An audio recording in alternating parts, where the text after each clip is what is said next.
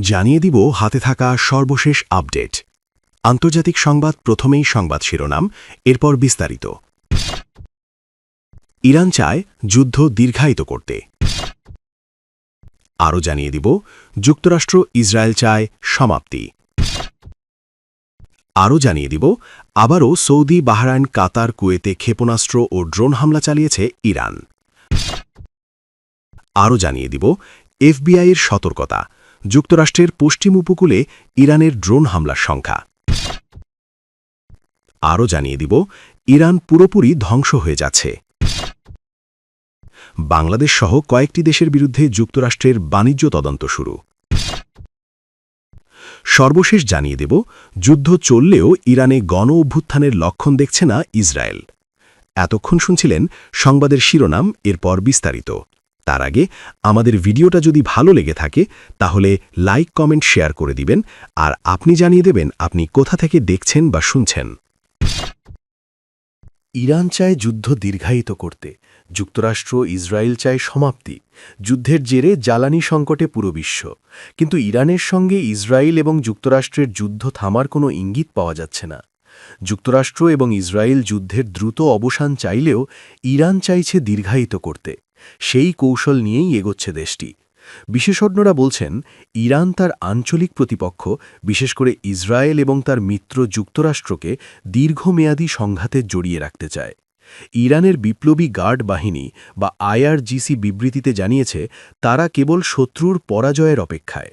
তারা বলেছে যুদ্ধ কবে শেষ হবে সেই সিদ্ধান্ত নেবে ইরান। গতকাল বুধবার মার্কিন ঘাঁটি এবং ইসরায়েলের তীব্র বড় ক্ষেপণাস্ত্র দিয়ে সবচেয়ে বড় হামলা চালানো হয়েছে বলে দাবি করেছে ইরান। নতুন করে মধ্যপ্রাচ্যের একাধিক দেশে তেহরান হামলা চালিয়েছে। দুবাই বিমানবন্দরের আশেপাশে ড্রোন হামলা চালিয়েছে ইরান। বাহরাইনেও মার্কিন ঘাঁটিতে হামলা হয়েছে। হরমুজে পণ্যবাহী জাহাজে হামলা হয়েছে। ইসরায়েল গতকালও তেহরান এবং লেবাননে পাল্টা হামলা অব্যাহত রেখেছে। ইরানের বিপ্লবী গার্ড বাহিনী বা আইআরজিসি বিবৃতিতে জানিয়েছে তারা হামলার ৩৮তম ধাপ শুরু করেছে। কুয়েতের আদিরি হেলিকপ্টার ঘাঁটিতে ২টি শক্তিশালী ও যুগপৎ ক্ষেপণাস্ত্র হামলা করা হয়েছে। আইআরজিসি আরও জানিয়েছে তারা বাহরাইনের মিনা সালমান বন্দরে অবস্থিত আমেরিকান ঘাঁটিতে ক্ষেপণাস্ত্র ও ড্রোন হামলা চালিয়েছে। বিবৃতিতে বলা হয় কুয়েতের ২ নৌঘাঁটি মোহাম্মদ আল আহম্মদ ও আলী আল সালেমে অবস্থিত ক্যাম্প প্যাট্রিয়ট এবং মার্কিন সন্ত্রাসী সেনাদের আবাসন ও সরঞ্জাম রাখার গুদামগুলোতেও ভয়াবহভাবে হামলা হয়েছে। তারা জানিয়েছে আমরা কেবল শত্রুর সম্পূর্ণ পরাজয় স্বীকারের কথা ভাবছি। আমরা তখনই এই লড়াই শেষ করব যখন দেশ থেকে যুদ্ধের ছায়া অপসারিত হবে। ইরানের শীর্ষ যৌথ সামরিক কমান্ডের মুখপাত্র ইব্রাহিম জুলফাকারি হুমকি দিয়েছেন ইরানে একটি ব্যাংক লক্ষ্যবস্তু হওয়ার প্রতিক্রিয়ায় দেশটি ওই অঞ্চলের ইসরায়েলি ও মার্কিন ব্যাংকগুলোকে টার্গেট করবে। ইরান যুদ্ধ দীর্ঘায়িত করতে চায় কেন? বিশেষজ্ঞরা বলছেন, প্রথমত, ইরান তার আঞ্চলিক প্রতিপক্ষ, বিশেষ করে ইসরায়েল এবং তার মিত্র যুক্তরাষ্ট্রকে দীর্ঘমেয়াদী সংঘাতে জড়িয়ে রাখতে চায়। দ্বিতীয়ত, সরাসরি বড় যুদ্ধে না জড়িয়ে ইরান তার মিত্রগোষ্ঠীকে ব্যবহার করে আঞ্চলিক শক্তি হিসেবে নিজেদের সক্ষমতা বজায় রাখতে চায়। তৃতীয়ত, ইসরায়েল ও তার সহযোগীদের উপর চাপ সৃষ্টির মাধ্যমে ফিলিস্তিনি ইস্যুতে নিজেদের অবস্থান শক্তিশালী করা। চতুর্থত, ইরানের প্রধান ধর্মীয় নেতার উপর হামলার পর দেশটি এখন আগের চেয়ে বেশি ঐক্যবদ্ধ বলে মনে করা হচ্ছে, যা যুদ্ধের দীর্ঘায়িত হওয়ার ইঙ্গিত দেয়। পঞ্চমত, ইরানের দীর্ঘমেয়াদী যুদ্ধের সক্ষমতা রয়েছে, যা ইসরায়েলকে চাপে ফেলার একটি অন্যতম কারণ। যেভাবে যুদ্ধ দীর্ঘায়িত করতে পারে তেহরান। ইরানের পররাষ্ট্রমন্ত্রী আব্বাস আরাগচি বলেছিলেন যে তেহরান আবারও সৌদি, বাহরাইন, কাতার, কুয়েতে ক্ষেপণাস্ত্র ও ড্রোন হামলা চালিয়েছে ইরান। মধ্যপ্রাচ্যে চলমান সংঘাতের উত্তাপ ছড়িয়ে পড়ছে পার্শ্ববর্তী দেশগুলোতে। গত ২৮শে ফেব্রুয়ারি যুদ্ধ শুরুর পর এবার পার্শ্ববর্তী দেশগুলোতে একযোগে বড় ধরনের ক্ষেপণাস্ত্র ও ড্রোন হামলা চালিয়েছে ইরান।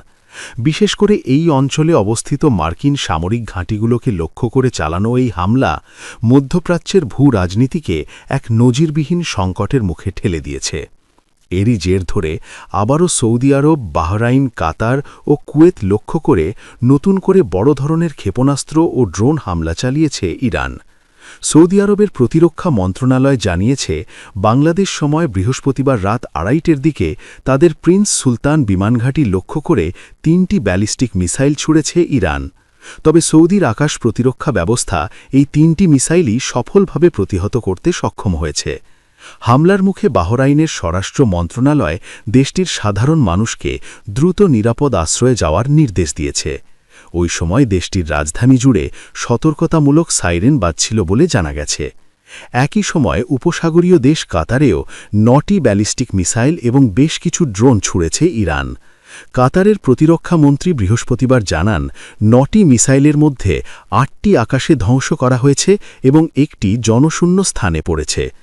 গত 28শে ফেব্রুয়ারি যুদ্ধ শুরুর পর থেকেই কাতারের রাজধানী দোহায় অবস্থিত আল উদেইদ বিমানঘাঁটি লক্ষ্য করে ইরান হামলার চেষ্টা চালাচ্ছে।